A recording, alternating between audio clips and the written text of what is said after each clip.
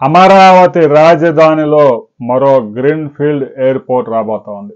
మరో green field airport అంటే ఇప్పటికే అమరావతి రాజధానిలో ఎయిర్పోర్ట్ ఉందని కాదు దీని అర్థం.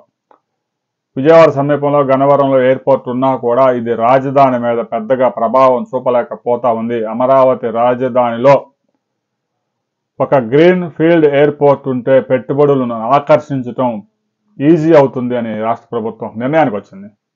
అమరావతి రాజధానితో పాటు శ్రీకాకుళం జిల్లాలో ఒరిస్సాకి సరిహద్దు ప్రాంతంలో కూడా మరో అంతర్జాతీయ గ్రీన్ఫీల్డ్ ఎయిర్పోర్ట్ ఏర్పాటు చేసేందుకు పరిశీలించడానికి నోటిఫికేషన్ విడుదల చేసింది. ఒక స్వతంత్ర సంస్థకి ఈ విషయాన్ని అప్పగించింది. వారు రాబోయే 2-3 నెలల్లో దీని మీద పరిశోధన చేసి గ్రీన్ఫీల్డ్ ఎయిర్పోర్ట్ నిర్మాణానికి ఎంత ఖర్చు అవుద్ది, ఎంతమంది ప్రయాణికులు వచ్చే అవకాశం ఉంది, ఈ ఎయిర్పోర్ట్ని 2 దశల్లో పూర్తి చేసే అవకాశాలు కూడా ఉన్నాయి. ఎందుకంటే ఫస్ట్ ఫేజ్, సెకండ్ ఫేజ్ పెట్టుకోవచ్చు.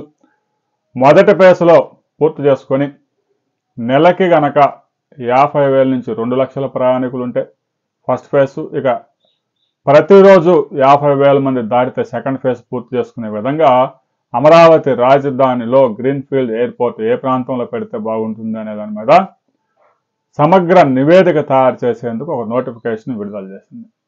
ఇప్పటికే గన్నవరం ఎయిర్పోర్ట్ ఉంది కదా అని చాలామందికి అనుమానం రావచ్చు. గన్నవరం ఎయిర్పోర్ట్ ఉన్నా కూడా విజయవాడ, గుంటూరు పరిసర ప్రాంతాల ప్రజలు రాబోతున్న అమరావతి రాజధానిలో వచ్చే ఇన్వెస్ట్మెంట్స్కి అనుకూలంగా సమీప ప్రాంతంలోనే ఒక గ్రీన్ఫీల్డ్ ఎయిర్పోర్ట్ అభివృద్ధి చేయడానికి రాష్ట్ర ప్రభుత్వం సిద్ధమైంది. అమరావతిలో పెద్ద ఎత్తున పెట్టుబడులు రావాలి అంటే గ్రీన్ఫీల్డ్ ఎయిర్పోర్ట్ సమీపంలో ఉండాలి. హైదరాబాద్లో శంషాబాద్ ఎయిర్పోర్ట్ ప్రారంభించక ముందు, ప్రారంభించిన తర్వాత స్పష్టమైన మార్పును మనం గమనించాము. గతంలో హైదరాబాద్ రావాలంటే ఇంటర్నేషనల్ ప్రయాణికులు చెన్నైలో దిగి చెన్నై నుంచి 8 గంటల ప్రయాణం చేసి హైదరాబాద్ చేరుకోవాల్సి వచ్చేది. కేవలం బేగంపేట నుంచి దుబాయ్కి అక్కడికి కొన్ని ఫ్లైట్స్ ఉండేవి. ఎప్పుడైతే శంషాబాద్ ఎయిర్పోర్ట్ అందుబాటులోకి వచ్చిందో ప్రపంచంలో ఏ మూల నుంచైనా నేరుగా హైదరాబాద్ చేరుకునే యాక్సెస్ వచ్చింది. అందుకే అమరావతి రాజధానిలో కూడా గ్రీన్ఫీల్డ్ ఎయిర్పోర్ట్ వస్తే ప్రారంభంలో కొద్దిగా ప్రయాణికులు తక్కువ ఉన్నా ఆ తర్వాత పుంజుకొని ఎయిర్పోర్ట్ ప్రారంభించిన 4-5 సంవత్సరాల్లోనే బ్రేక్ ఈవెన్ అయ్యే అవకాశాలు స్పష్టంగా కనిపిస్తూ ఉన్నాయి.